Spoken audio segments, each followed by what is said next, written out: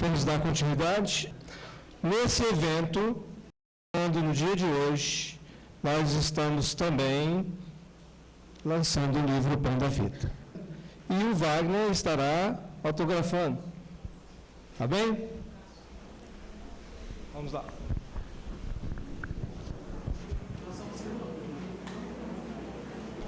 Alô? Retomando o nosso trabalho, nós vamos chegar aqui para dar um alô para a turma do anexo ali, né? Não pode ficar desprestigiado. E aí, turminha, nós estamos dando um alô aí, agradecendo o carinho de vocês aí, mas estão debaixo de uma árvore frondosa. E a gente lembra, ao ver essa árvore tão bela, acolhendo todo mundo fraternalmente, em visita à fazenda Modelo, lá em Pedro Leopoldo, o Arnaldo nos contando que numa árvore desse tipo, em frente à casa do Rômulo Joviano, o Chico contou para ele, mostrou que ela descia pela árvore como se tivesse escada e entrava no culto do lado da família Joviano. Então, nós estamos recebendo aí muitas bênçãos, né? Para que vocês também estejam bem inseridos no contexto. Muito carinho, muita gratidão, viu, gente? Vamos retomar aqui, porque eu tenho que passar os slides.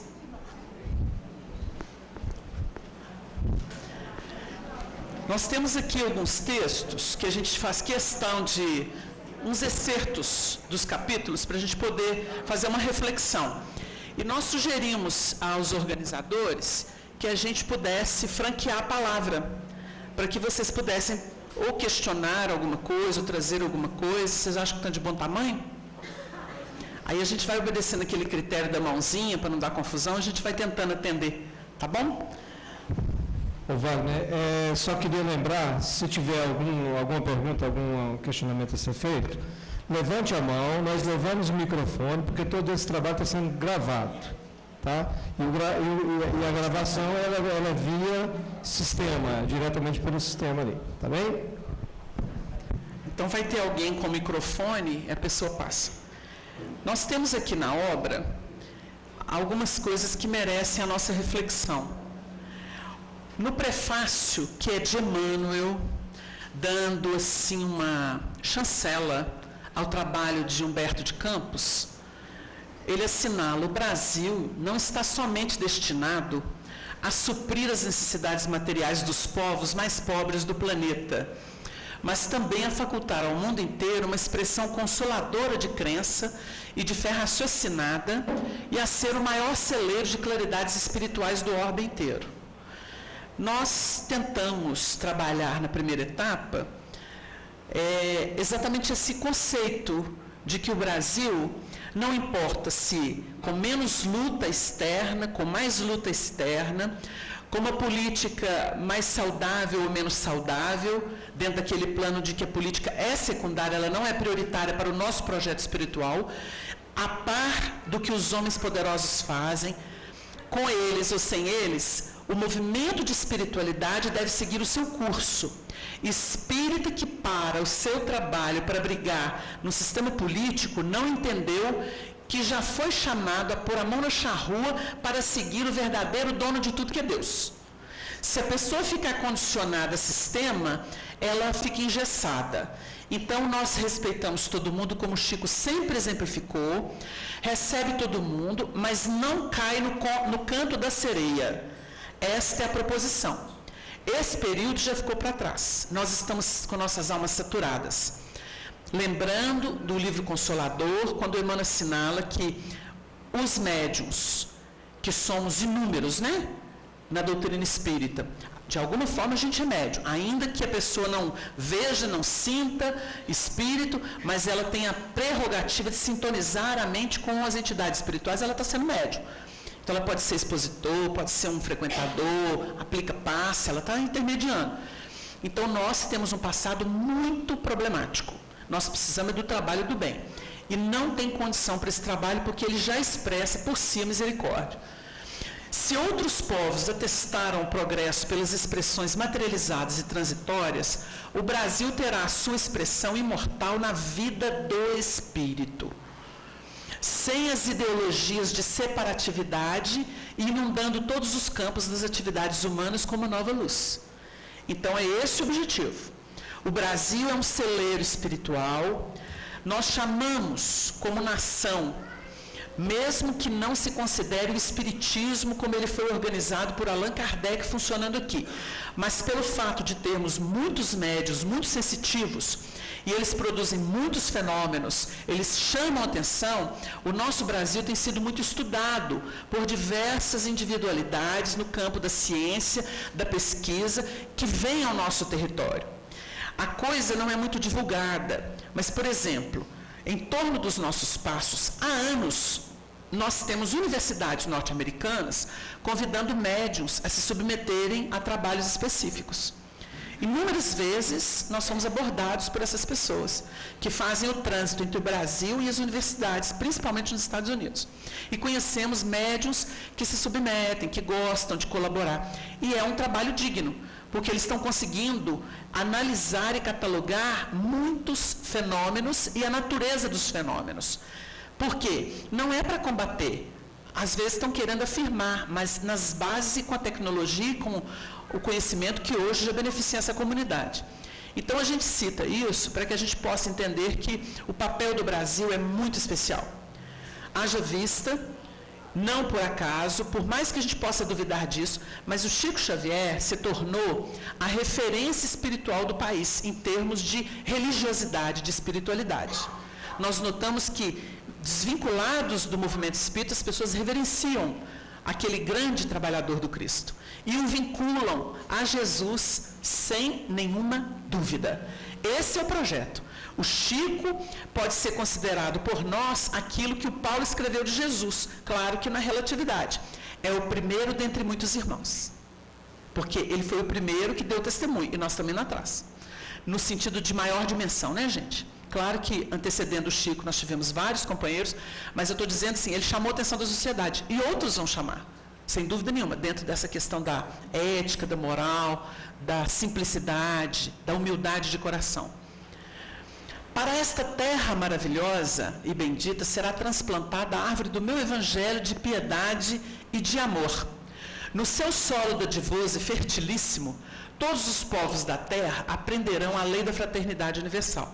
São palavras de Jesus a Ismael, ou a Eliú, quando ele propõe esse transplante. As pessoas podem ter dúvida e falar assim, mas como que é isso? Claro, nós estamos lidando com símbolos, porque a linguagem já é por si um símbolo, né? Então, nós estamos lidando com símbolos dentro de uma linguagem.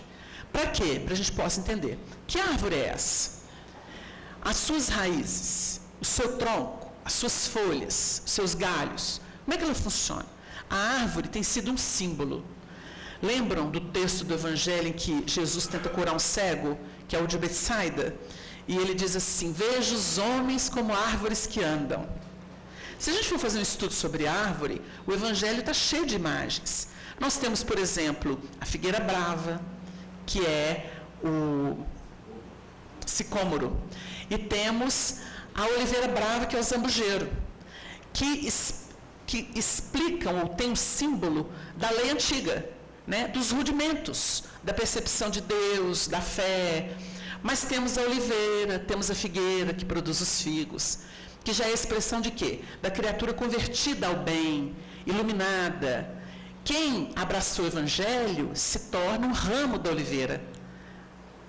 Então, tem muita simbologia no Evangelho para a gente poder entender essa árvore. Então, o projeto é, de modo inteiro, lei de justiça, lei de amor e a verdade, fazendo com que o elemento seja pleno de possibilidades e possa produzir abundantemente, dentro de uma natureza benéfica, porque tem a árvore que produz o mau fruto, né? Sob este céu serão entoados os hosanas mais ternos a misericórdias do Pai Celestial. Aquele, sob a luz misericordiosa das estrelas da cruz, ficará localizado o coração do mundo. Nós, embora possamos questionar os movimentos da espiritualidade que identificam no sentimento a genuinidade do amor, quando eles dizem disso, eles estão vivendo, eles estão sentindo. Nós que estamos ainda mal baratados com as percepções das coisas e tentando já dar nome às coisas, Adão foi chamado por Paulo de Tarso como o primeiro Adão. O primeiro Adão foi feito espírito, foi feito alma vivente. Então ali começou o nosso processo de despertamento, porque o Adão é a raça adâmica, é aquele grupo que veio degradado de Capela para o planeta Terra, e eles vêm com muitos conhecimentos, com muitos vícios. Quando eles chegam aqui, eles instauram o período da expiação e prova, consolidam esse período da expiação e prova, porque eles tinham os conflitos. E eles tinham o grande desafio de sublimar essas potências. Então é a alma vivente, é a alma que já dá notícia de si mesma, do entorno, etc. Ali começa o processo. Mas nós temos o espírito vivificante, que é Jesus, que é o chamado pelo Paulo do segundo Adão. O segundo Adão foi feito espírito vivificante. Jesus toma o corpo de carne e chancela esse corpo. Ele bate o carimbo, na hora eu gostava de falar isso, ele bate o carimbo, 100% aprovado. Porque a potencialidade de um espírito puro num corpo, entendendo até por que o cuidado de colocar genealogia no Evangelho de Mateus, depois no de Lucas, para mostrar a preparação. Quando Chico foi falar dos iluministas, é importante que a gente estude os assuntos, ele vai dar notícia de que o trabalho de Joana d'Arc foi defender o território francês porque, geneticamente, os corpos dos iluministas estavam sendo preparados através de herança genética. É um labor, gente. Uma entidade de qualquer condição moral reencarna compulsoriamente. Vinculou-se a um viciado sexual, daí a pouco está nascendo aí na bobeada de uma mulher que não se cuidou. Vocês entenderam? Agora, um espírito de habilidades, de elevação, ele precisa de planejamento. E ele precisa de material adequado para que ele possa utilizar o corpo com domínio de possibilidades e revelar isso na carne. Porque nós vamos ver simbolicamente que reencarnar para o espírito é uma espécie de morte. Porque ele perde a noção da sua história. O esquecimento do passado é uma privação tremenda para o espírito. Então, uma simbologia. Então, nós vamos entender que, quando os espíritos falam dessa luz misericordiosa das estrelas e localização do coração do mundo, ele está fazendo um projeto de sublimação dos poderes trabalhados na Terra. É isso. O Brasil é uma grande promessa, uma terra de promissão, no sentido de que aqui os elementos deixam de ficar na exclusividade, no espírito de seita, porque o projeto é esse, e começam a universalizar seus potenciais. A criatura começa então a se emancipar, a se irmanar.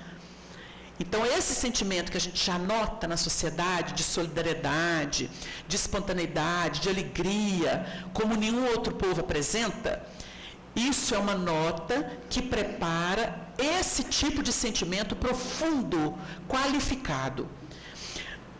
Quando nós vamos ao Livro dos Espíritos, quase ao final dele, e vamos ver como é que se transformará o mundo, a notícia é: substituindo a humanidade ainda endurecida e resistente aos temas espirituais por espíritos melhores, que vão trabalhar espiritualidade, que estão voltados para a espiritualidade. Lembram-se do assunto? Quando vocês olham o Brasil, falam assim, mas que coisa, campeão de aborto, cheio de chikungunya, de zika, que parece até uma codificação da crise moral que nós estamos vivendo. Da crise moral. É uma crise de aferição moral muito pesada, como poucas vezes se viu na nossa história, inclusive com muito ódio, né? O ano passado foi o ano do ódio no país, lamentavelmente. E muitos espíritos embarcaram nisso e fomentaram o ódio nas pessoas, usando o viés político. É lamentável, porque se o sal não salgar, se a luz não iluminar, quem vai fazer isso? É uma lástima, porque para bagunçar já tem muita gente, precisa de gente para pacificar. Por isso que Jesus pergunta para Pedro, tu me amas? Então nessa hora a gente tem que fazer a mesma indagação. Será que eu amo mesmo? Eu estou mais disposto para ser um arruaceiro, para fomentar discórdia ou para pacificar? Então, é uma reflexão que todos nós espíritas devemos nos fazer. Então, nós percebemos que essa demanda que nós estamos com ela é de depuração e preparação do terreno, porque quem vai chegar para fazer obra bonita serão outros. E esses espíritos estão chegando com força. O Chico, quando deu adeus à terra, antes disso, ele disse assim: os umbrais estão sendo devastados pela luz. E os espíritos têm dito: porque a luz do Cristo está mais próxima do planeta ao assanhamento das zonas inferiores, para desarticular o seu poder de organização. Então, é isso que nós estamos vivendo nessa transição. E muita gente vai ficar perturbada, segundo os espíritos. Muita gente vai ficar alterada. Tem gente que vai mudar o comportamento da água para o vinho. E a gente vai perguntar, como? Né? Aí a gente vai entender a proposta de obsessão coletiva, condomínio espiritual. Vai um espírito, a casa fica adornada, disponível, volta 7, dizia Jesus. E aí, para não falar demais, né? Porque o Hermínio Miranda trabalhou a ideia de condomínio espiritual. Então, tem gente aí que não é bipolar, não, é multipolar. Porque é um monte, não são dois só. A gente não está tratando só com o gênio da pessoa. A gente está traçando com as vinculações da pessoa. Isso é muito mais profundo do que parece. A ponta do iceberg é a interpretação psicológica. Mas é a ponta do iceberg. A coisa é muito profunda. E nós vamos assistir muitas coisas. Se a nossa comunidade espírita não ficar mais enraizada no conteúdo doutrinário, ela vai ser levada pela ventania, pela tormenta. Porque o que a gente tem recebido de indicativos é que essa ensimesmação, esse projeto de renovação profunda de todos os escaninhos que vão vir à tona para a revisão, não para a interpretação, porque as pessoas estão interpretando, não estão revisando. Então, por exemplo, a pessoa, para ela poder ver um processo, sair de dentro dela e ver que é uma feiura, ela tem que ter um amparo de algo superior, para poder fazer o contraponto e chegar aqui numa média. Se a pessoa não busca, ela vira intérprete, aí ela é mais um arruaceiro na Terra, que vai fazer o quê? O papel do que estabelece o escândalo. E ai daquele por quem o escândalo vem. Mas é preciso do escândalo. Não se depura, não subiu senão aquele que desceu. Jesus explicou isso para Nicodemos. Porque para estar na luz, tem que voltar para o corpo. Tem que descer. E psicologicamente, psiquicamente, o indivíduo, para poder avançar, ele tem que voltar para trás. Ele tem que se revisar. Porque ele tem que ter aquilo sob domínio, que é a base para a projeção que ele vai fazer. Então, nós temos uma equação aí desafiadora. É a equação da luz.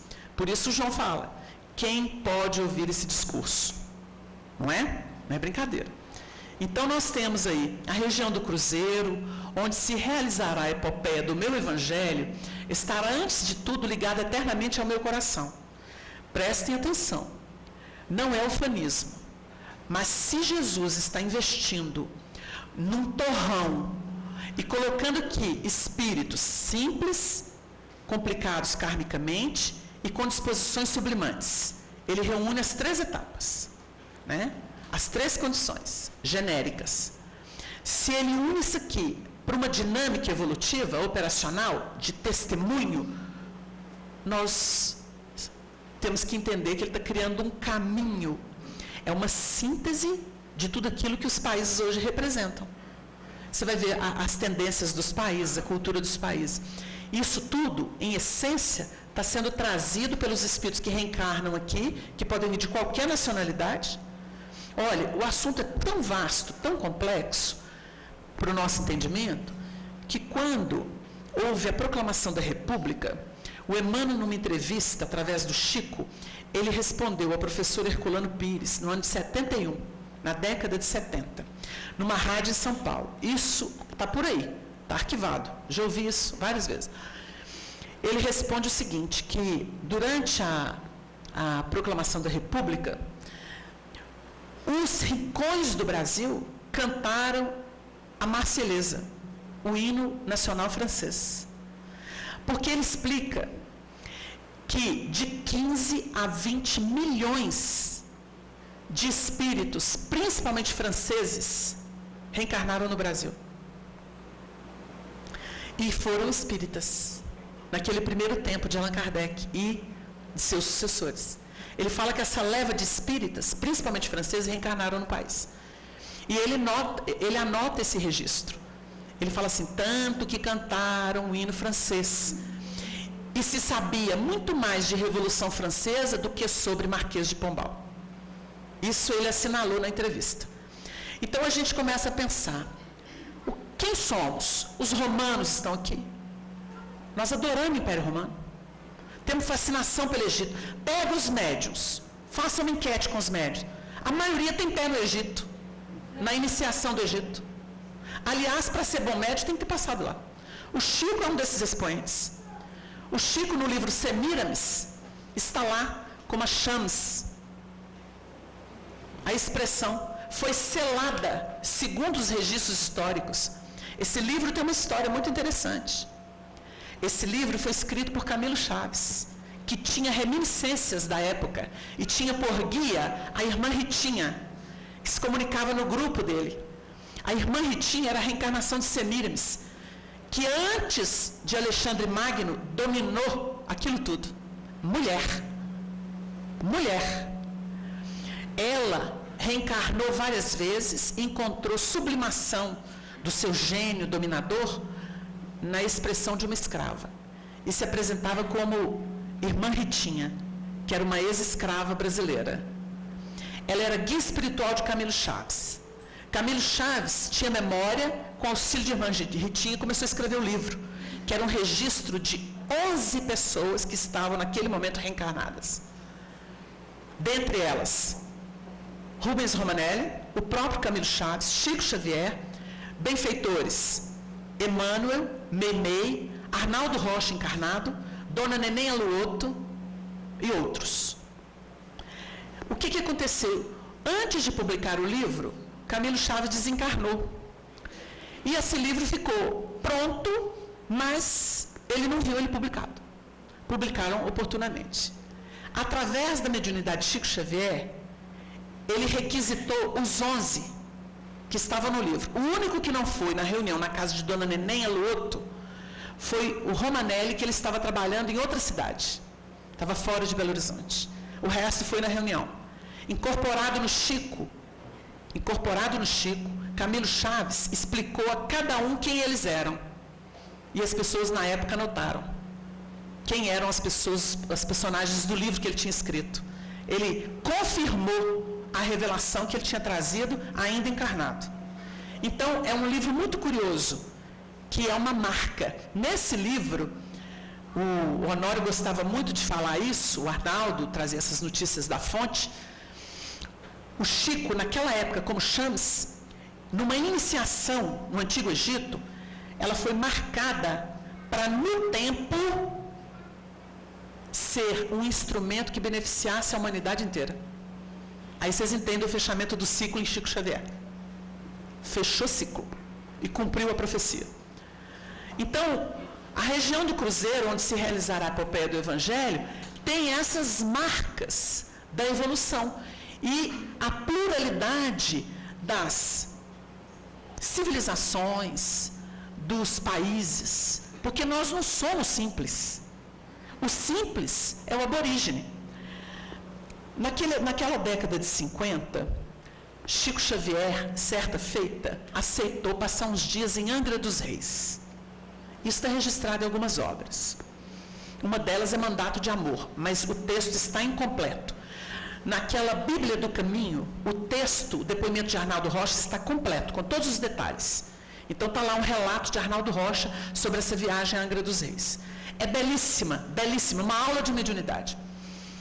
O Chico foi com o Enio Santos, que é a reencarnação do Enio Pudens, lá do Ave Cristo. E o Arnaldo, que era o Tassiano do Ave Cristo. Eles foram e passaram a passear. Então, eles contam vários trechos da viagem em que o Chico entrou numa igreja e conversou com o sacerdote desencarnado que orientava ali e viu muita complicação. Passou no centro da cidade, que tem história, e viu muita complicação da época ainda de domínio dos portugueses, etc., os registros indeléveis, né, que ficam impregnados. E o Chico ia narrando para eles e pedindo muita vigilância. eles foram fazer um passeio de barco para uma ilha, foi quando, é isso que nós queremos citar aqui, que é o que interessa, foi quando, descendo do barco, ameaçou uma tempestade, mas antes dela, o Chico contou que os aborígenes, os índios, estavam como se encontravam ainda na época do descobrimento do Brasil. Aí o Arnaldo, que é muito fora do padrão, assim, no sentido de sempre surpreende, ele disse que teve um pensamento assim, falou assim, ele pensou assim, será que eles estão nu em pelo? Aí o Arnaldo disse assim, sim, Naldinho, sem ele enunciar. O Chico lia pensamentos. Ele falou, sim, Naldinho, eles estão nus. Aí ele ficou sem graça e falou assim, cruz, credo, com esse frio? Saídas do Arnaldo Rocha. E eles pegaram o barco e a tempestade veio e eles quase naufragaram. Foi quando o Chico pediu preces, eles ficaram molhados, o barqueiro ficou com muito medo, achou que eles iam sussobrar, e o Chico, depois que eles aportaram à margem, contou para eles que suicidas e outros espíritos que desencarnaram tragicamente, naquelas águas tempestuosas, agarravam o barco e tentavam virá-lo. A gente acha que influência espiritual é coisa boba, mas não é não. Tem que ter muita sintonia. Então, eles quase sussobraram ali. Então, foi um relato muito dramático. Como resultado disso, quando eles voltaram para Pedro Leopoldo, o Chico recebeu algumas entidades. Porque o médium sempre traz presentes para as reuniões. Onde ele vai? Ele sempre traz alguma coisinha para a reunião de presente para a turma.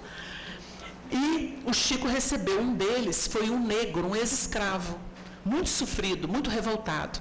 Quem atende é Meimei, ele vê Meimei, através do diálogo do Arnaldo, a Meimei se apresenta espiritualmente e ele chama ela de Sinhazinha e começa a tratar ele com muita dignidade. O Arnaldo diz que foram momentos de muita emoção, pela beleza dos atendimentos espirituais e do aprendizado que eles lograram junto da alma querida. O Chico, gente, tinha um senso de responsabilidade que, para nós, ainda é novidade. Ainda é novidade. De suportar tudo, de silenciar, de administrar, de deixar as pessoas pensarem o que elas querem, de não querer corrigir a cabeça de ninguém, ainda que a pessoa esteja equivocada, mas ele respeita o tempo de cada um. A gente vai aprendendo muito com os sábios. Eu não sei se você sabe, mas Dona Ivone Pereira chegou a criticar o Chico. O jeito dele, porque ela dizia que o Chico estava fazendo mal para muita gente, deixando as pessoas fugirem das estruturas doutrinárias e acreditar em fantasia. Mas o Chico explicou para Arnaldo, nessas oportunidades de questionamento, que ele não veio à Terra para mudar a cabeça de ninguém. Que ele estava fazendo a parte dele. Entenderam?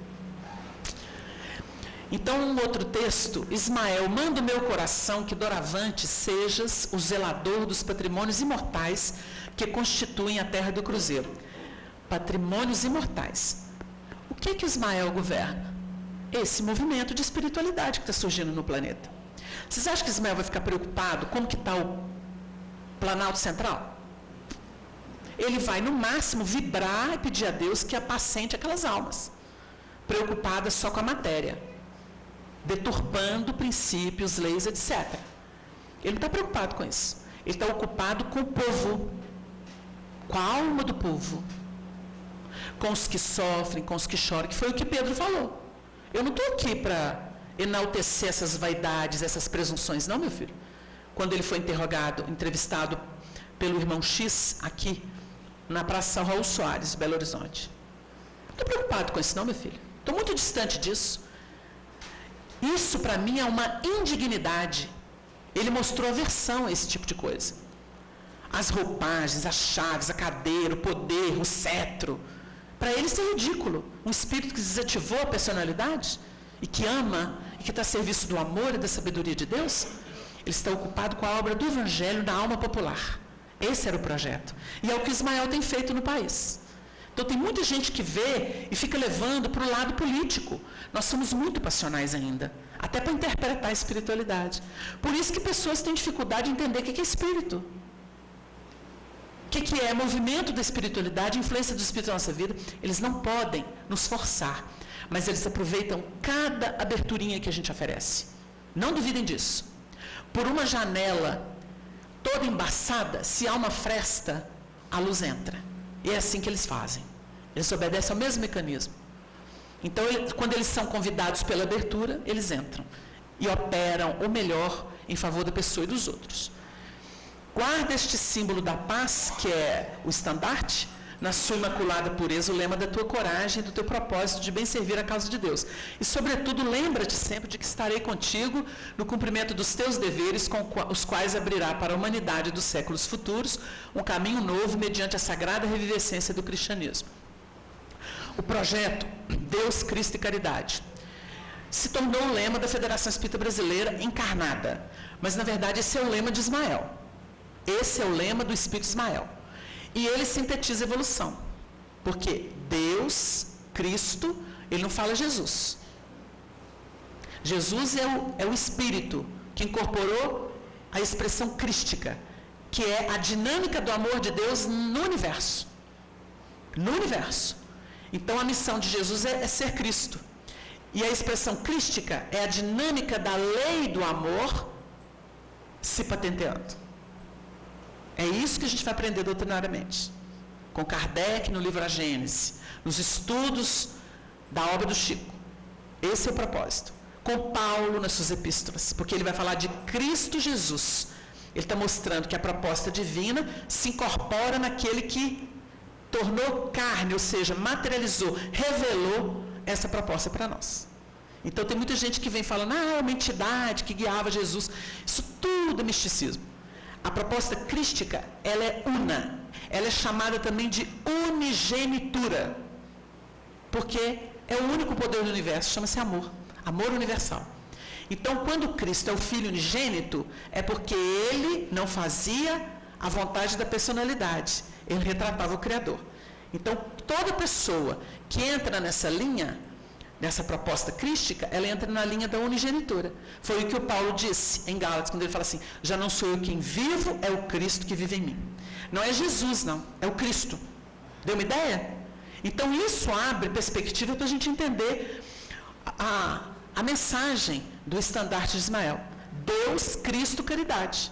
Porque é o Criador, a sua manifestação divina no universo, e a caridade é a legitimação, a operacionalização desse conteúdo divino. Então não tem nada de personalismo ali. Ele nem pôs Jesus. Então nós vamos entender a pureza do trabalho. É essencialidade. É fé raciocinada, não no sentido de 1 mais 1 é 2, 2 e 2 são 4.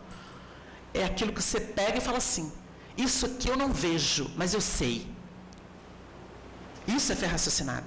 É equação bem resolvida, no plano íntimo da pessoa. E o sentimento adere. E aí, tudo é possível, né? Tudo é possível aquele que crê. Tudo posso naquele que me fortalece. Então, depende da origem, para a gente poder ter força ou não. Surgiram os índios, que eram simples de coração. Em segundo lugar, chegavam os sedentos da justiça divina e mais tarde viriam os escravos, como a expressão dos humildes e dos aflitos, para a formação da alma coletiva de um povo bem-aventurado por sua mansidão e fraternidade. Wagner, você não lê noticiário? A favela do Rio está pegando fogo. Aqui em Belo Horizonte, a favela pega fogo. Para todo lado, a droga. Eu falei assim, gente, mas o mundo inteiro está vivendo transição.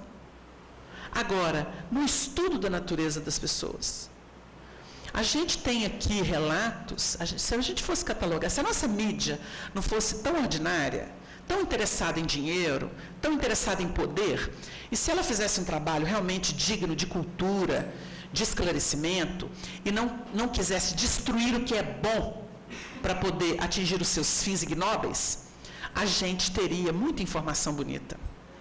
A gente não teria as pessoas trancadas em casa, morrendo de medo, porque eles não pintam de cinza, eles pintam de negro. O sensacionalismo no país é até compreensível, porque como a gente é mais sentimento, tudo nosso é muito superlativo, né? Então faz parte de nosso sistema passional. Então nós temos uma mídia que não nos ajuda. Não nos ajuda. Nós temos um sistema que ainda é muito cruel. Por isso os espíritos falam, a política é secundária, porque a par dela, Deus está fazendo a obra. E olha, muitos desses elementos que acham que dominam o mundo, ficam surpresos por perceber como é que a luz abre caminho. O espiritismo que se firmou na nossa pátria e que usou um tal de Chico Xavier para se universalizar e ser inquestionável, porque quem fala mal dele fica exposto, tem que fazer muito melhor e corre o risco de ser massacrado pela opinião daqueles que admiram o trabalho de quem realmente se deu. Então, o Espiritismo alcançou uma projeção. Nós devemos isso aos trabalhadores sérios, viu? Não é aos bagunceiros, não. Tem muito bagunceiro por aí. Tem muita gente ordinária aí. Vou lembrar uma coisa aqui, para vocês pensarem nisso. Nós temos que ficar de olho para ver se a nossa luz não é treva, como Jesus assinalou. Cuidado com o teu olho. Se ele não for luz, ele vai ser treva. Ou a luz vai ser trevosa. Tem muita gente que acha que tem luz e a luz dele é trevosa.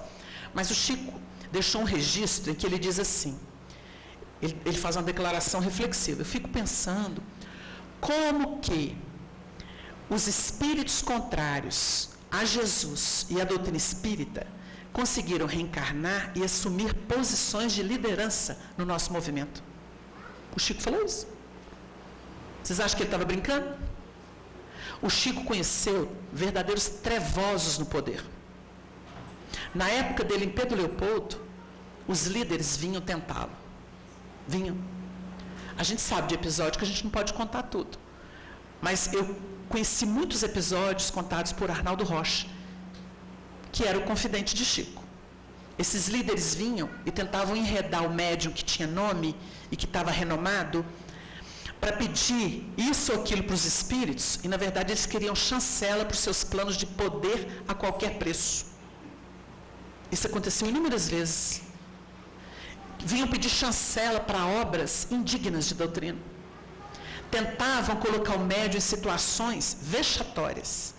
E o Chico se fazia cada vez mais pequeno e escorregava da mão deles. Gente, um dia, que pode ser no além, nós vamos conhecer os testemunhos verdadeiros de Chico Xavier. Porque o Chico passou por todo tipo de provação, principalmente no nosso meio espírita. Então não é porque é espírita que carrega o nome que tem chancela do alto, não.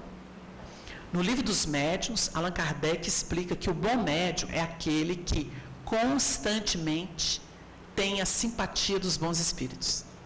Essa é a definição de bons médiuns. Constantemente. Não é esporadicamente, não. Porque o Bezerra pode ter um espírito caridoso, né, que tem mesmo, e vira e fala assim, deixa eu dar uma canjinha lá pro Wagner, vai lá. Aí ele me deixa, aí vem os trevosos. Entendeu? Eu faço mais bagunça do que luz. Isso pode acontecer. Então tem muita gente que carrega o título, mas não honra. Não honra. Não honra. E nós precisamos fazer essa reflexão. Deixar a hipocrisia do catolicismo, da Idade Média, deixar a hipocrisia daqueles que fingem religião, porque isso é multimilenar aqui na Terra. Enganar. Então, hipocrisia não mais. Nós não podemos fazer isso com uma luz tão clara que nos ajuda a enxergar, inclusive, as nossas deficiências. Agora, não significa se bater e falar assim, sou inútil. Não existe isso. Luz clareou é para fazer diagnóstico. Fez diagnóstico, toma um remédio. Serviço. Como diz o Zé Grosso, servicilina. Então, nós temos ali a referência das 3 raças, representando. Naqueles dias longínquos de 1500, já se ouviam no Brasil os ecos acariciadores do Sermão da Montanha. Porque o que eles quiseram mostrar é que, acolhendo todo tipo de espírito, do simples ao sublimado, naquela escala espírita que a gente falou, que tem de todo tipo, o Brasil está sendo um solo dadivoso de misericórdia. Começa aí a missão do Brasil. Então, a gente vê os historiadores, eu, pessoalmente, quando a televisão passou os Quintos dos Infernos, aqueles seriados que mostram o Brasil com muita zombaria, eu lamento muito as pessoas que fazem isso. Pessoalmente, eu lamento, porque, assim, um dia esses espíritos desencarnados vão chorar amargamente isso, por estarem zombando de um projeto espiritual que incluía os piores da Terra. É país de inclusão. O homem pode excluir, mas Jesus incluiu. Isso é que não pode sair da nossa cabeça. O camarada pode estar gemendo de fome na favela, mas ele estava quem sabe, antes, comendo lama nas zonas inferiores do além, sem perspectiva. Então está lá chorando de fome. Mas vai aparecer uma mão caridosa, porque o Emmanuel ensinou que Deus ajuda o homem através do homem. Alguém vai ouvir o choro e falar assim, o que é isso? Ah, está com fome. Peraí, corre lá na venda e providencia. Anota o endereço, daí a pouco, todo mês tem uma cesta básica lá. Que, aliás, isso já não está sendo mais o nosso problema. Nosso problema está sendo mais moral do que material. Então, as nossas tarefas têm mudado de característica. Então, hoje a gente dá muito passe, a gente implanta evangelho, a gente visita, não é? É a nossa forma de caridade moral. Encaminha, dá um livro, e aí vai. Só para a gente tentar culminar, plantamos aqui, sob o olhar misericordioso de Jesus, sua bandeira de paz e perdão. Todo um campo de trabalho se desdobra às nossas vistas. Precisamos de colaboradores devotados que não temam a luta e o sacrifício. Esse foi o chamado de Ismael para os espíritos saturados de crimes. Prestem atenção. Pregareis em Portugal a verdade e o desprendimento das riquezas terrestres, e trabalharei sob a minha direção nas florestas imensas de Santa Cruz, arrebanhando as almas para o único pastor. Desculpe, são os missionários da Igreja Católica, são os jesuítas, que aqui não repetiram a Inquisição. Eles vieram e fizeram um trabalho educativo. Os espíritos lamentam muito uma providência que foi tomada por um representante da coroa portuguesa de expulsar os jesuítas da nossa terra. Porque o trabalho que eles fizeram de educação dos índios foi impressionante. Eles defendiam os índios, ajudavam os índios, claro que dentro de um contexto, né? Tem muita gente que mete a ripa em Manuel da Nóbrega. Tem muito historiador que fala, um carrasco dos espíritos, olha como é que ele fala dos índios. É contexto. Não adianta pegar o pensamento de hoje e aplicar 400 anos, 500 anos atrás. Não adianta. Contexto. Se a gente não aprender isso, é o que o Haroldo vive falando para as pessoas. Gente, texto tem contexto. Se não prestar atenção no contexto, não entende o texto. É isso que a gente está tentando fazer com o livro. Tem contexto. O contexto para a leitura desse livro é ter olhos espirituais. Se for olho historiador, fica com o livro lá do Bueno. Não é isso? Mas larga o nosso. Agora, você tem um olhar espiritual? Vem aqui. O outro livro que é muito questionado é Caminho da Luz. Não, acadêmico não gosta desse livro. Não nos interessa os acadêmicos. Se eles estão felizes lá, que bom. Sejam felizes. Nos interessam aqueles que precisam de consolo e perspectiva espiritual. É isso aí. Vinde a mim todos vós que sofreis e que estáis sobrecarregados, que eu vos aliviarei. Jesus não chama os felizes do mundo, não. Pode ficar no cestão. Vai lá gastar dinheiro em Miami, vai lá passear na Europa, aproveita. Uma hora vai dar dor de barriga, você vai ver. Não que não possa, né, gente? Não que não possa. Mas quando a presunção é muita, a gente deixa o pessoal... Vai distraindo aí. Tem uns que distraem no poder, né? Fica aí no poder, mandando, desmandando, cria aí seu gueto. Daqui a pouco vai te dar uma dor de barriga. Né? Você vai arrastar no chão e vai falar assim, me dá uma gotinha do evangelho. Aí você vai entender, né? Aqueles que muitas vezes você perseguiu, não compreendeu, não aceitou, etc. É por aí. O tempo cura tudo. Deus usa o tempo, não a violência. É muito confortador isso, gente. Para a gente não sair por aí brigando com as pessoas. Vai chegar o tempo. Ali encontrareis... Nos carreiros aspérrimos da dor que depura e santifica, a porta estreita para o céu que nos fala Jesus nas suas lições divinas. É o negro mesmo. Então, é o convite aos negros, né? E, da mesma forma, os missionários que nós citamos, para sintetizar. O nosso irmão, aqui nós vamos ver a questão do Tiradentes. 30 anos depois do seu martírio, ele próprio, em espírito, iluminado no além, é que vai dar o grito de independência através de Dom Pedro I, cujo coração havia sido habilmente preparado pela luz para ceder e o Brasil poder emancipar-se. Então, é um episódio muito bonito. E aí ele cita o Colégio de Piratininga, né, fundado pelo nosso irmão, como Manuel da Nóbrega, e pelo José de Anchieta, que era um espanhol. Então, a gente vai ver que essas duas personalidades marcaram o Brasil para sempre. O José de Anchieta teria uma reencarnação depois no Rio de Janeiro como Fabiano de Cristo. E a gente vê a sublimidade do trabalho dele, né? A humildade desse espírito, a grandeza desse espírito. Então, assim, os passos de Anchieta, a educação proposta por Manuel da Nóbrega, o heroísmo desses missionários que eram jesuítas, e numa época em que os jesuítas acabaram com a Europa no sentido da Inquisição. E eles aqui trabalhando nas florestas inóspitas. Então, foi um degredo bendito que valeu luz. Emmanuel depois surgiria na pele do padre Damiano, do livro Renúncia.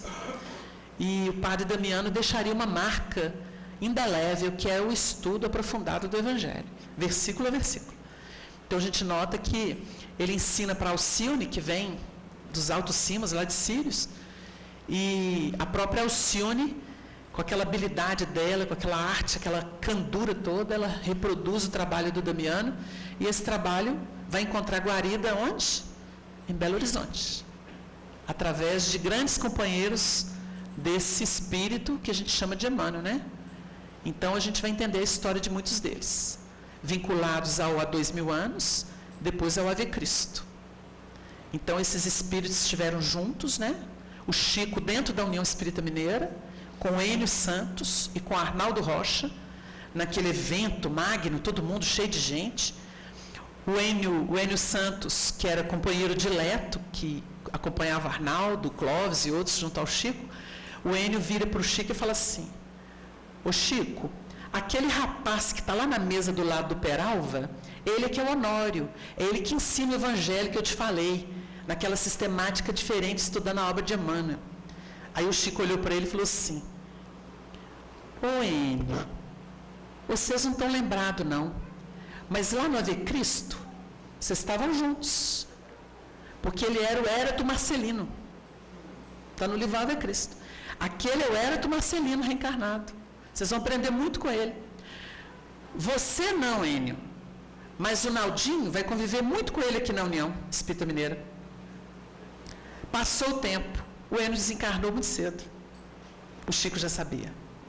O Arnaldo, que era considerado o homem bravo da União, que lançava as dianteiras em todo mundo tinha medo dele, quando o Honório assumiu o trabalho da União, isso a gente assistiu, ele pegou o Arnaldo e falou: vem cá, Arnaldo. Pegou a mãozão dele, pôs no peito do Arnaldo e falou assim: até hoje, você soltou seus dianteiros em quem você quis. A partir de agora, você vai estar do meu lado, trabalhando na União. Nós vamos trabalhar o Evangelho. Cumpriu-se o que o Chico havia profetizado. Quem que ajudou o Tassiano a dar o seu primeiro testemunho lá atrás, no Ave Cristo? Érato Marcelino. Qual é a frase do Evangelho que ele cita? Uma do Apocalipse. Dá o que pensar, não dá não, gente? Irmãos, a pátria do Evangelho atinge agora a sua maioridade coletiva. É a República. Uma nação que alcança sua maioridade é responsável legítima e direta por todos os atos comuns que pratica no concerto dos povos do planeta. Então, vamos dizer aqui, para resumir. A proclamação da República definiu o quê? O fim do governo dos espíritos conduzindo a pátria, com respeito ao arbítrio dos espíritos que estavam aqui. Eles só podiam agir dentro das aberturas. Se vocês lerem o livro, prestando atenção, é fantástico. Fantástico o respeito deles. Eles têm que esperar muito mais tempo do que desejariam para que as coisas acontecessem. Mas não teve derramamento de sangue. Para todas as conquistas do Brasil. É uma nação que teve comprometimento com a escravidão negra, infelizmente, por determinação de Portugal, né? Há uma relatividade aí, e pela Guerra do Paraguai, que poderia ter sido evitada a nossa participação. Então, na verdade, esses dois momentos. Mas, segundo os espíritos, o Brasil está terminando o resgate disso. A gente nota que há uma mudança vibratória. E o Brasil não tem o seu solo maculado como outras pátrias. Com todo respeito à nação norte-americana, que tem um papel maravilhoso, cantado até pelos espíritos, que é seu cérebro, né, dessa América, e o coração está aqui, mas vocês já notaram o tanto que aquele solo está conspurcado karmicamente? Quantos crimes, quantas guerras, quanto domínio, quanto usufruto à custa da miséria de povos? Nós não queremos aquilo para nós, não. O Brasil não quer isso. O Brasil foi surrupiado, mas não surrupiou. Nenhuma nação. Ele é surrupiado. Então, o Brasil foi marcado por Jesus para ser a nação que vai ser o celeiro espiritual que vai consolar o mundo. Porque a nossa terra, quando produz com bênção. O nosso alimento que brota daqui é abençoado. E essas lutas intestinas, em todas as áreas sociais, nós estamos aprendendo. Eu ouvi de uma pessoa nativa da Grã-Bretanha, que virou para mim num comentário que foi feito e que a gente reproduziu sobre o Brasil, a situação ainda acanhada da educação, do comportamento social. Essa pessoa, que é o marido de uma grande amiga, ele é inglês, ele virou para mim e falou assim, inglês britânico, né, daquele bem correto com tudo, nas análises bem coerentes. Ele virou e falou assim, você tem que considerar que nós temos pelo menos 2.000 anos de progresso, de experiência. O Brasil tem apenas 500, ainda é uma criança. Falou assim comigo. Aprendi com ele. Então a República Brasileira assinala o final de um ciclo em que os espíritos tiveram que conduzir acontecimentos para ela se formalizar dentro de uma unidade desejável pelo Cristo. Conseguido isso, os homens teriam que administrar. Então, hoje, nós estamos vivendo os efeitos das nossas escolhas, do nosso voto, dos nossos líderes, né? Até que amadureçamos, que realmente consigamos estabelecer uma democracia espiritualizada, e aí os grandes missionários voltam. Vocês duvidam que um Pedro II volte? Vocês duvidam que espíritos que deram grandes contribuições queiram voltar? Olha, há quanto tempo determinados nomes famosos que estão no além e que também têm anunciado que vão voltar? Voltam com habilidades, né? O próprio, lembrando a história da Terra, o próprio Napoleão Bonaparte, vamos pular isso aqui. O próprio Napoleão Bonaparte, que hoje sabemos, né? É uma coleção de poder, né? Então vai lá atrás com Alexandre, Júlio César, aí volta como Napoleão. Ele está para voltar. Ele não conseguiu se afirmar no bem até hoje. Porque ele veio com prerrogativas de missionário na época do Espiritismo, inclusive para abrir caminho civil para a doutrina espírita, e falhou. Falhou. Segundo os espíritos, ele veio com prerrogativa de missionário. Caiu desastradamente, o poder tomou tanta cabeça dele que ele voltou para trás. Aí repetiu as façanhas. Então, consta que ele está se preparando para voltar. Há quem diga que ele voltou, mas está errada a informação. Ele ainda não voltou. Ele está preparando para voltar. Porque o mundo está em convulsão, eles estão programando os próximos passos. Então, gente, para culminar aqui, para ver se vocês participam um pouquinho, né? Tem uns minutinhos aí até 8h30, em um dos fins principais do nosso esforço foi examinar aos olhos de todos a necessidade da educação pessoal e coletiva, no desdobramento de todos os trabalhos do país. O maior problema é o da educação nacional. Vejam bem a análise do irmão X. Para que os filhos de outras terras, necessários e indispensáveis ao progresso econômico da nação, não se sintam dispostos a reviver no Brasil as taras, o termo é forte, não querer reviver aqui as taras de suas antigas organizações, e sim, absorvidos no círculo espiritual do país do Evangelho, possam integrar as suas fileiras de fraternidade e evolução. O Brasil está cheio de ideologias novas, refletindo a paisagem do século. Imagina hoje, se ele fosse falar, se naquela época estava. Cabe aos bons operários do Evangelho concentrar suas atividades no esclarecimento das almas e na educação dos espíritos. No esclarecimento das almas e na educação dos espíritos. Esse é o papel da pátria do Evangelho. Quando vocês, ou qualquer de nós, transitamos por aí, circulamos, dando exemplos, não fazendo como todo mundo faz, cegos, seguindo cegos ou guiando cegos, mas com um diferencial, na reflexão, no sorriso, no olhar, na palavra, no conceito. O que vocês estão fazendo? Esclarecendo almas e educando os espíritos. Porque quando a verdade é mostrada, todo mundo presta atenção. Porque o mundo é da mentira. O mundo é do engodo. Não se iludam. O mundo é do engodo. Tem que transitar por ele com vigilância. Vigilância Se hoje a gente pudesse definir com clareza, com a ajuda dos espíritos, diríamos: vigilância é estar com a mente nos projetos divinos. Isso é vigilância.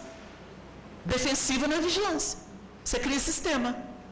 Aí eu não posso entrar ali porque ali tem espírito ruim. Não posso pisar ali porque os espíritas vão me taxar. Isso é sistema. Isso aí o catolicismo faz, outras igrejas fazem. Porque isso é fundamentalismo religioso. Não é isso que interessa.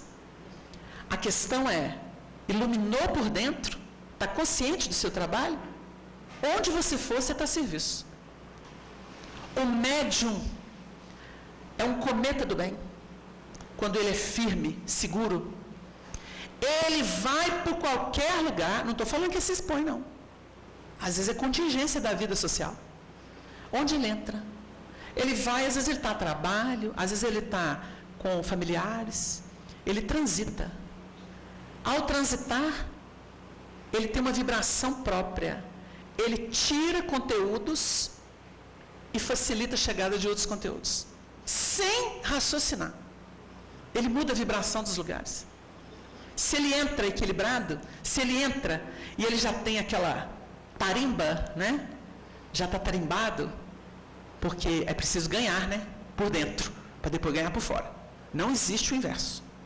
Primeiro elemento precisa ganhar por dentro, senão ele se expõe. Ganhou por dentro, está relativamente tranquilo, confiando em Deus, faz com amor o seu trabalho, onde ele for, ele muda a vibração do lugar. Engraçado, depois que vocês vieram aqui, tudo melhorou. Aí o médico fica caladinho, fala assim: mas vocês merecedores, vocês são merecedores, a visita foi boa, fraterna. Mas ele sabe por quê. Ele não fica mais sozinho. Não fica. Médium não fica sozinho, então por isso ele tem que eleger a companhia dele. Ele que escolhe. Então, se ele está consciente, acabou. Então, gente, está aberta a palavra para vocês. Deu um tiro aqui. Pode dizer. Eu esqueci o nome dele. Márcio. Alguém passa aí para ele? Vamos ser rapidinho, gente, porque só temos 20 minutos. O Wagner, eu queria dizer o seguinte: o espírito maravilhoso de Emmanuel, através da mediunidade sublimada de Chico Xavier, deixou no livro, que agora eu esqueci o nome, a seguinte mensagem: enriquece de cultura os dotes que tinha feito a personalidade e realiza na terra os novos ideais afetivos que te povoam o pensamento. Mas se queres que a felicidade morar efetivamente contigo, ajuda igualmente a construir a felicidade dos outros. Nosso encontro com aqueles que sofrem provações e dificuldades maiores que a nossa será em toda parte nosso mais belo e mais duradouro encontro com Deus. E deixou também no livro Assim Vencerás, que considero muito importante para nós também, um poemetazinho assim: vivemos muitas vezes como se fôssemos só, dizemos: meu problema, clamamos, minha prova. Muito raro pensarmos na dor dos que nos cercam. Lembre-se, esse sofre, outro luta, outro pede socorro, um lhe serve. Nós todos somos filhos de Deus. Agora, para encerrar, eu queria falar aqui a respeito de um autor americano chamado Leo Buscaglia, que lecionava na universidade e tinha um tempo para lecionar sobre o amor. Ele escreveu até um livro chamado Amor, que se hoje chamando de Vivendo, Amando e Aprendendo. Lecionava amor para as pessoas que quisessem ouvir. Esse livro, Vivendo, Amando e Aprendendo, eu concluo assim: vivendo, amando e aprendendo e errando e aprendendo com Jesus e Kardec, os espíritos missionários e aqueles humildes e caridosos. Muito obrigado, Wagner. Obrigado pela contribuição. Ele pegou ali, que ele estava na sequência, eu vou passar para você depois. Wagner, você falou o tempo todo, assim, implícito e explícito, sobre poder. Inclusive, você fala sublimação do poder. Será que nós poderíamos entender, e você desdobrar para a gente, se esse poder é tudo aquilo que nos ensina sobre o homem de bem no Evangelho segundo o Espiritismo? Na minha opinião, você ilustrou muito bem. Porque o homem de bem, que tem a figura, por exemplo, de Bezerra de Menezes, de Chico Xavier, eles tinham poder para administrar segundo a vontade de Deus. Remete à parábola do servo vigilante. Qual é o mordomo fiel e prudente que Deus colocou sobre os seus servos a fim de os alimentar, administrar? Então, o papel do mordomo ou do que detém o poder, as prerrogativas, é servir. Ele tem que administrar a tempo e a hora a ração. Então é aquele que se faz de tudo como Paulo, fiz-me tudo para todos, para de alguma forma salvar alguns. Se não tiver esse movimento de adequação, é rigidez, aí é personalidade. O grande problema nosso é o poder que o personalismo define. O nosso grande vilão é o interesse pessoal, porque ele é filho do nosso personalismo, filho legítimo. Então, o poder é muito perigoso. Eu nunca posso confiar somente em mim. Eu tenho que confiar em Deus e em mim. E procurar alongar isso numa relação múltipla, em que eu vou valorizar tudo que é bom nas pessoas, não o mal. O nosso trabalho na doutrina espírita não é o da defensiva. Quem se defende não faz nada, é o Caim. Ele produz, oferece, Deus não presta atenção. O nosso trabalho é o do Abel. Trabalhamos com abundância. Fixamos o lado melhor das coisas e dos acontecimentos. E o bem estará conosco. É por aí. Eluimar, fala para nós. Ô Wagner, você foi muito feliz no seu comentário. Agradeço. Quando você enfatizou com muita nitidez, com muito carinho, a importância do sentimento. Em momento algum, eu ouvi você falar em sentimentalismo, que é bem diferente. Né? Bem diferente. E quando você falou aí enquanto as potências brigam aí pelo poder, cada um quer ser melhor, etc, tal, fez lembrar de uma passagem do Evangelho, quando Jesus fala, deixa bem claro, no mundo tereis aflições, mas tendes bom ânimo. Eu venci o mundo. O mundo. Enquanto nós queremos vencer no mundo, tem essa complicação. E podemos até lembrar, quando você falou do poder, os 4 P's que complicam a nossa vida. E complicam e muito. E a todos, sem exceção, em maior ou menor grau. O P da paixão, o P do poder, o P da posse e o P do prazer. Em nome disso, a gente deixa a paixão falar alto, e para ter a posse, ter o poder e atender os meus prazeres, vale tudo, e aí a gente vai criar problemas, etc. A gente já sabe disso, que a lei de causa e efeito funciona maravilhosamente bem. E no transcorrer do seu comentário, veio à tona para nós uma recomendação de Jesus, que no dia que nós conscientizarmos deste lembrete, desta frase, desse versículo, e procurar pautar a nossa vida dentro desse contexto, vamos dar passos largos em nossa caminhada evolutiva. E é um dos versículos mais bonitos do Evangelho, que Mateus registrou com muito carinho no seu capítulo 7, versículo 12. Portanto, tudo aquilo que quereis que os homens vos façam, fazei vós também a eles. Esta é a lei e os profetas, lei divina, que é sábia, eterna, imutável e perfeita. Graças a Deus. Obrigado, viu, Leonel? Agora eu fiquei preocupado porque ele falou um dos P's ali é paixão, vou ter que mudar meu nome por amor.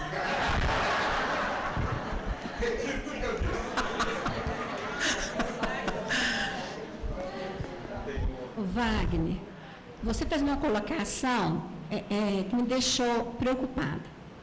Você colocou que o médium, quando ele é um bom médium, ele, no trabalho, ele é muito exigido. E ele normalmente sai exausto da tarefa. Eu não sou médium ostensivo, mas participo de reunião mediúnica, fazemos a tarefa de visita fraterna aos lares, hospitais, e eu sempre saio muito bem das tarefas. E falo para as pessoas, eu coordeno a equipe de visita aos lares e hospitais, que o meu parâmetro é esse. Se eu saio bem, é sinal que está tudo bem. O máximo, eu falo para eles assim, o máximo a gente sai com algum incômodo, mas a gente dorme e acorda bem. Então, sempre analisei dessa forma. Então, se você sai bem, se você ou sai com algum incômodo e dorme e acorda bem, é sinal que está indo tudo bem.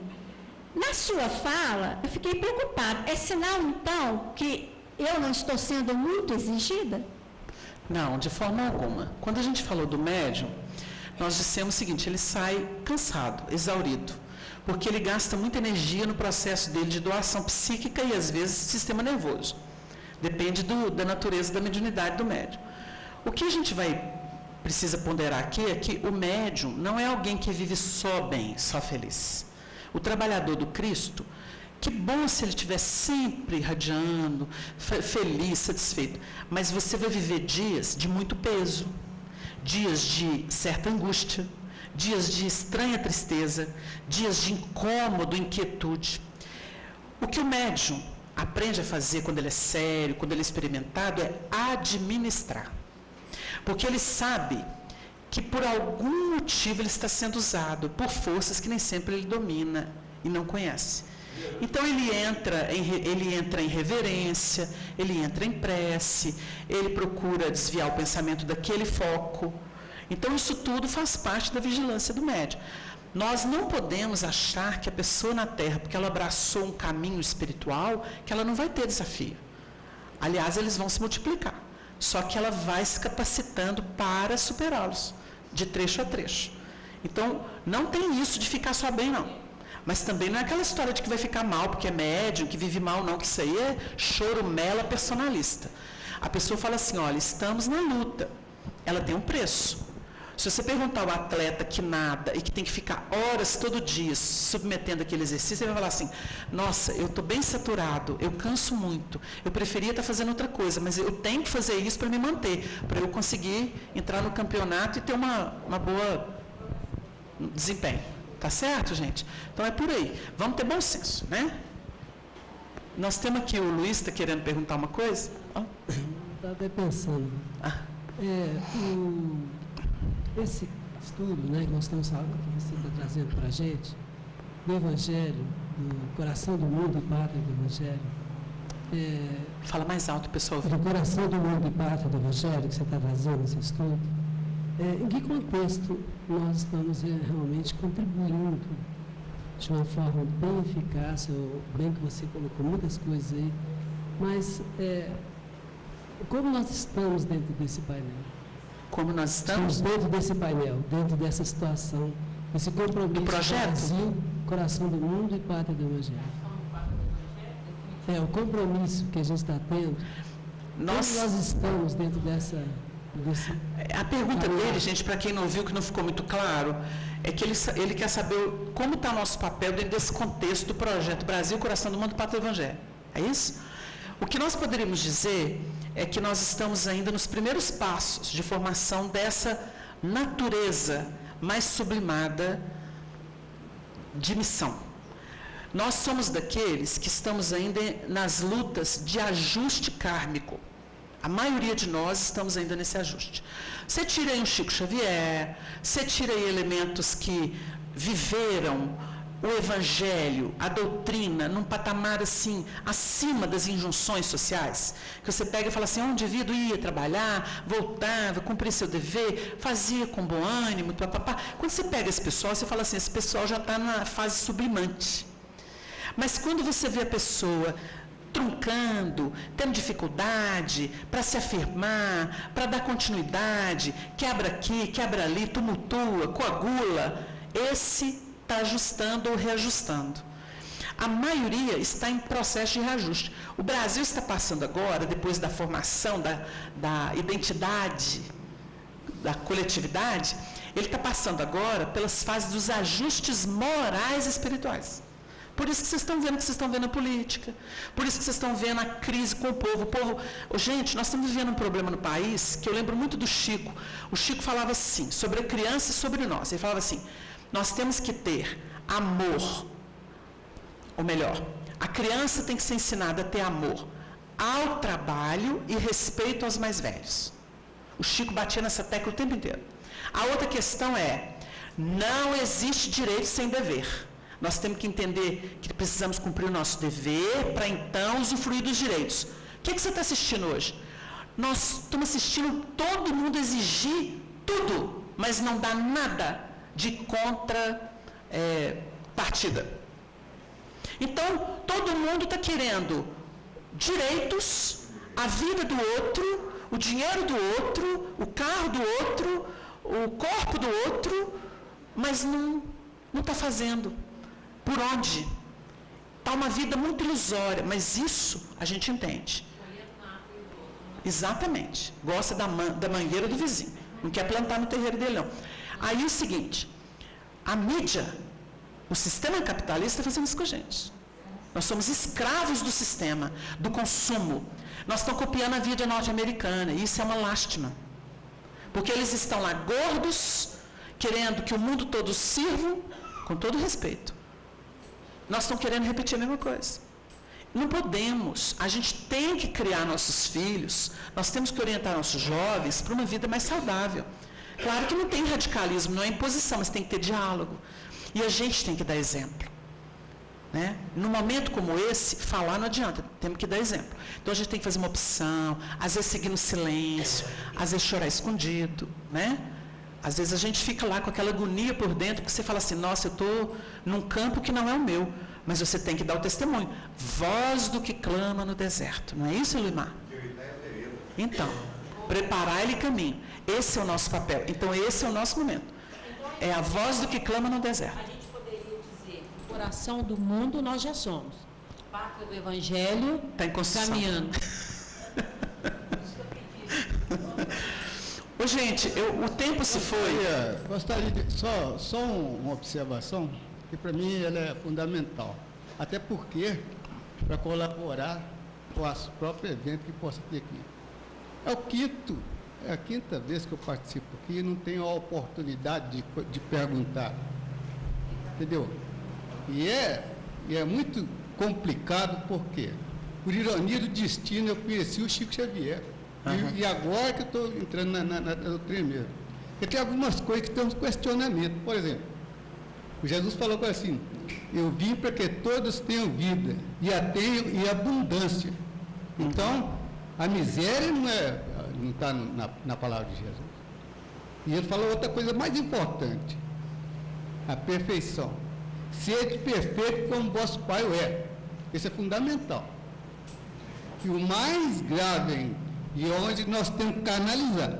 E eu tenho observado que a doutrina espírita, e é o que eu passei muitos anos no Evangelho, ela caminha muito no caminho de Jesus, porque ela fala o mais fundamental que é o amor, que é o primeiro Coríntios.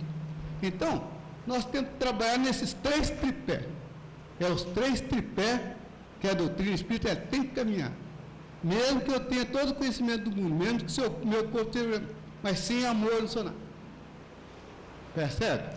Perfeito. E eu tenho, me corrija se eu estiver errado, eu tenho uma dúvida em relação à caridade. Por exemplo, se eu passo perto de um irmão que está debaixo do viaduto, ou qualquer que seja, eu tiro a minha roupa rasgada e dou a ele, eu estou fazendo uma caridade. Agora, se eu vou numa loja e compro uma coisa boa para ele, eu falo, aquilo é amor. Eu não posso, eu tenho que separar uma coisa da outra. Até porque... Eu acho que o senhor fez uma referência à beneficência. A beneficência é o objeto que você dá para a pessoa. E ela pode ter uma conotação da esmola, que você dá qualquer coisa. Né? Quando a gente fala em caridade, a gente não está falando do objeto, a gente está falando do sentimento universal do amor. Porque aí você não ama só porque é família, porque é pátria. O amor, quando ele é universal, ele tem o nome de caridade. Porque você não está cogitando de você. Você faz tudo que você gostaria para você, para aquela pessoa. Agora, do contrário, quando há assim, uma negociação, ainda é esmola.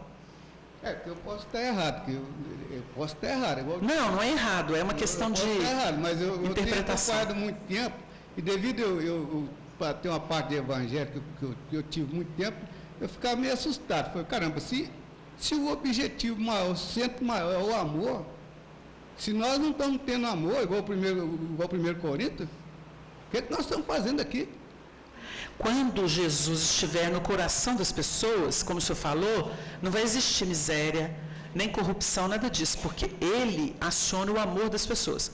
Mas nós temos muitas pessoas que vivem ainda sem menor identidade com Cristo, sem a menor identidade com o Evangelho. Conhecem, mas não fazem. Então, por isso que a gente está vivendo um mundo com muita tormenta. Mas quem já se iluminou é instrumento de Deus para aliviar quem está passando por prova. Eu concordo que o senhor faz outra coisa importante que o senhor faz aí, e eu quero que o pessoal entenda, com todo respeito, o senhor separa as duas coisas. O Cristo, que é a luz central do Jesus de Nazaré. Jesus de Nazaré foi filho de José e de Maria. Esse é o corpo biológico de Jesus.